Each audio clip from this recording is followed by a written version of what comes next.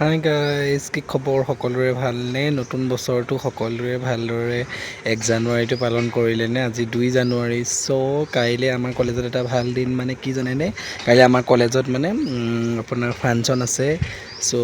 ফাংচনো মানে কি কৰি আছে, ফাংচনৰ কাৰণে মই দেখাই আছোঁ। ফাংচনৰ কাৰণে চব পেণ্ডেলৰ সেয়া পেণ্ডেল দি আছে মানুহ আহি। কালি ৰাতিপুৱা পেণ্ডেলৰ কাম লাগি আছে। পেণ্ডেল মানে আমাৰ অসমৰ লেখীয়া নহয়, অসমত বাঁহেদি, ইয়াত চব লোহাৰ দেখিছেনে? এইবোৰ কেনেকৈ পেণ্ডেল তৰি ষ্টেজ বনাই আছে।